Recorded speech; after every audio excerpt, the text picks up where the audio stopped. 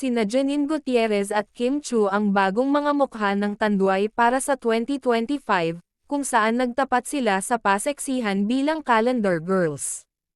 Parehong nagpakitang gilas ang dalawang aktres sa kanilang mga pictorial, na puno ng glamour at tiwala sa sarili. Si Janine ay kilala sa kanyang eleganteng at classy na estilo, na nagbigay ng kakaibang ganda sa kanyang mga larawan. Samantala, si Kim naman ay nagdala ng youthful at playful vibe na tumatak sa kanyang mga shoot. Parehong pinag-usapan ang kanilang calendar shoots dahil sa kanilang kakaibang charm at charisma. Nagbigay ang dalawa ng kani-kanilang interpretasyon ng pagiging modern Tanduay girl, confident, empowered, at fierce. Tumanggap ng papuri mula sa netizens at kanilang mga fans ang kanilang mga larawan dahil sa kanilang husay at ganda.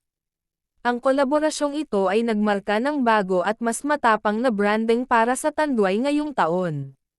Bagamat may sariling estilo, parehong ipinakita ni Janine at Kim ang kanilang versatility bilang mga artista at modelo.